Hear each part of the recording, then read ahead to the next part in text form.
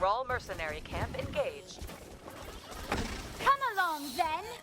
Welcome to I'm Your Target Demographic. Today we're talking about Battleborn. Battleborn is a first-person shooter focused on multiplayer.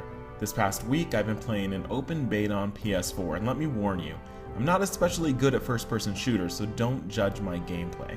Battleborn comes to us from Gearbox Software, who brought us the Borderlands games.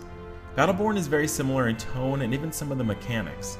Basically, you choose a character, who are all really unique, and then you either face off against other players or against the computer if you're playing one of the story missions.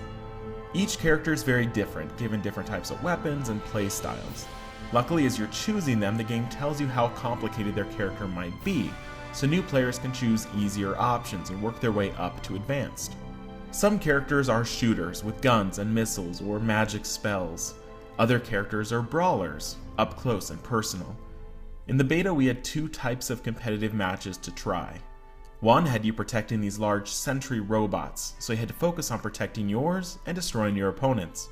The other mode had you escorting little robots that were to be sacrificed, and when enough of them were sacrificed, you won.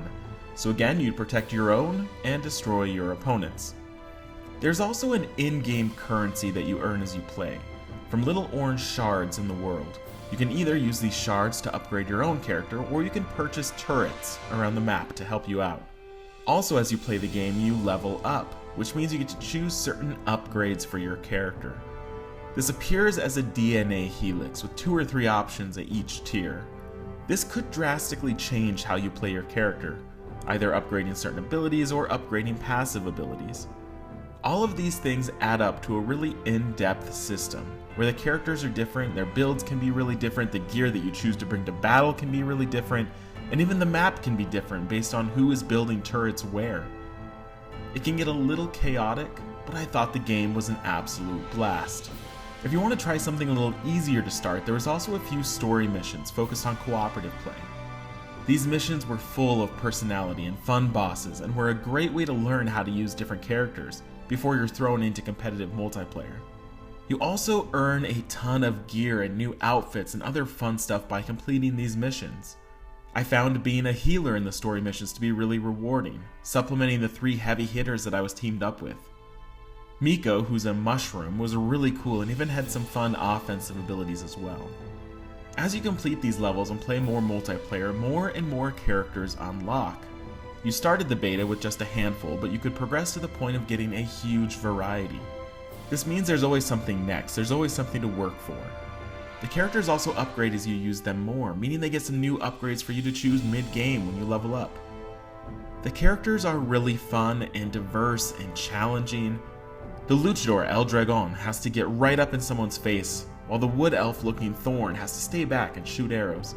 They each play different, and you're bound to find a few that feel right for you. The colors are vivid, the mechanics easy enough to grasp, and the matches are always fun. The only complaint I had with the beta was the matchmaking.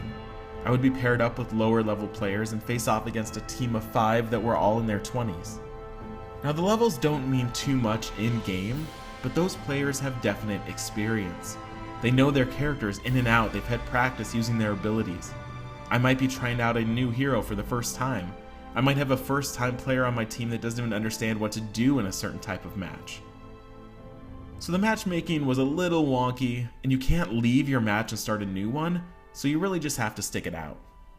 Overall, I had a great time and I'm looking forward to the full deal, especially the story missions. The full version of Battleborn releases for PS4, Xbox One, and PC on May 3rd. Thanks for watching. The enemy has deployed a giant minion. Destroy it.